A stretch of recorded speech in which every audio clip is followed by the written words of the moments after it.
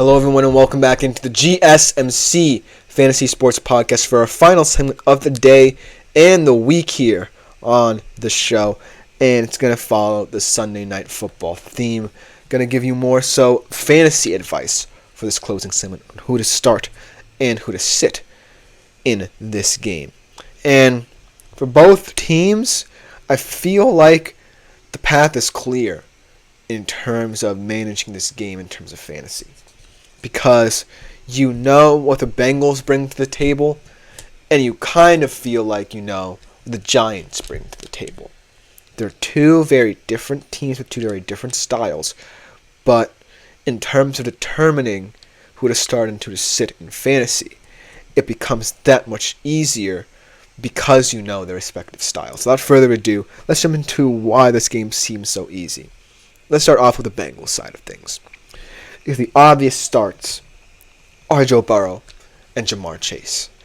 I feel like there's no other kind of duo. As Andre said, I need a big game from Higgins this week. The guy was picked Lockett off of waivers and got 16 points from him. I feel like the thing with Higgins is that a lot of the Bengals offense is going to come down to route structure, if you get what I mean. I feel like Jamar Chase wants to get more vertical, and T. Higgins is the more intelligent in terms of his route running. So it's going to depend on how this game plan goes, because if the Bengals are playing from behind, they might want to take a little bit more of the deep shot, and that would lean towards Chase's style of play. However, if the Bengals want to play a little bit of the possession game, as Andre says he's been getting a lot of targets his first few games back, and I agree with that. But this game could be a different thing entirely, because I feel like the Giants' defense is going to be aggressive in this game too. And that's going to be difficult. And Deonte Banks, not for nothing, has had one of the toughest slates of any cornerback, and he's held up admirably.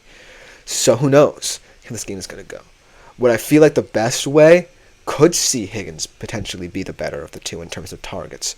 Because if you want to retain the football, you can utilize T. Higgins in longer downs, kind of scheming him open, and he's going to get a lot of targets that way as well. You can't just always take the deep shot with Chase, and I think that you're smart to acknowledge that. So I feel like this specific game is going to be all about how the Bengals attack the Giants and how it will affect the game flow. Because early lead, maybe you're going to see a little bit more Higgins. As he also asks, would you start Swift or Brian Robinson this week? Interesting question. I feel like the Jags-Bears game could also be a trap game for the Bears, but the Commanders-Ravens game is a tougher matchup. So I begrudgingly will say Swift, just because A, he's in my personal fantasy squad and I want him to do well. But B, I just feel like the Bears can utilize Swift a little bit more in that game. Whereas I don't know how effective Brian Robinson will look, even though I love him and love what he's done with the Commanders' run game this year. So I would begrudgingly start Swift, even though it does feel like a big trap game for Chicago going into Jacksonville. Going back to the start-sit for Sunday Night Football. Speaking of running backs, I feel like that anyone that has Zach Moss might want to bench him for this game. It's not looking like the best game for running backs. And I feel like this game could look very similar offensively for the Bengals for what Seattle looked like against the Giants, in that you kind of don't have many options in the run game because their run defense is so stifling that you're going to see a lot of either short to intermediate routes run by your receivers or just try and get vertical passes. In that way, that's where I worried that the roles of certain players for the Bengals in terms of fantasy could get reversed. But for now, I'm comfortable to say Zach Moss is going to be the one who should be benched for the Bengals offense in your fantasy squad. Because if anything, I actually like Chase Brown a little bit better if that's the route the Bengals want to go. If you run the football, you need some explosiveness to kind of balance out what you run on offense. So that's the reason why I think Zach Moss's value as a fantasy asset is plummeting as well. It's not just about, how the Bengals play offensively. It's about who actually will get touches. As Andre said, Singletary should definitely score against this defense. We're going to talk about Singletary actually a little bit because there are concerns with him this week. But sticking with the Bengals for just a little bit minute longer, Zach Moss, to me, just doesn't feel like an appealing fantasy running back at this juncture. Going forward as well, because if anything, Chase Brown is seen to get the most touches when the Bengals run the football.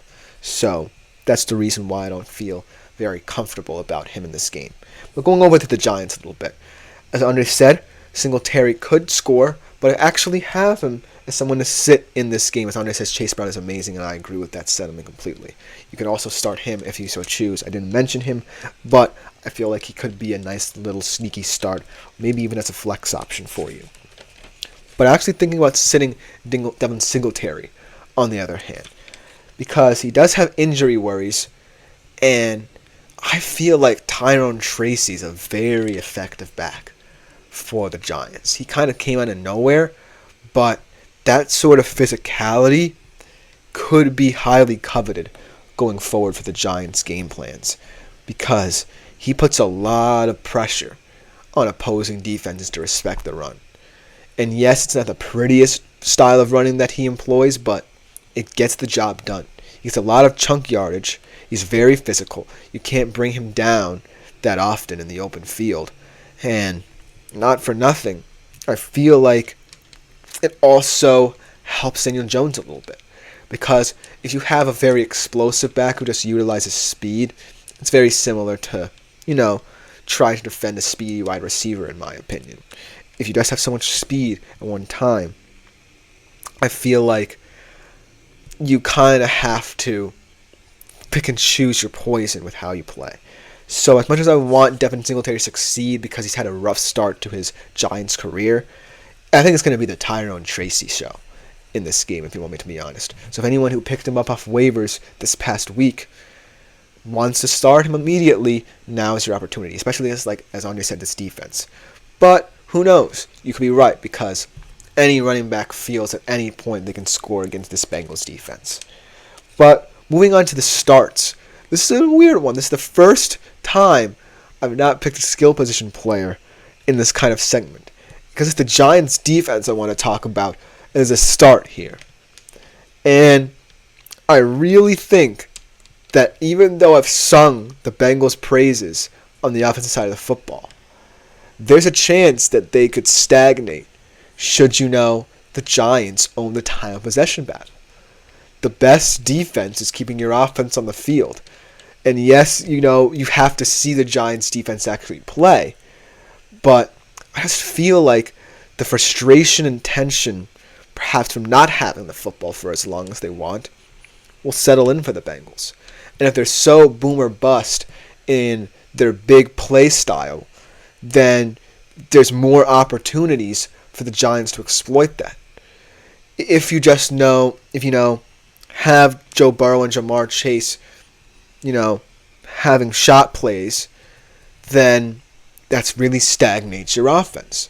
And so I kind of feel like the Giants defense has the advantage in this matchup, as long as their offense can also help them out a little bit. So look for the Giants defense to be a sneaky kind of option for you in this game. One other guy that I want to talk about as starting is Wan'Dale Robinson.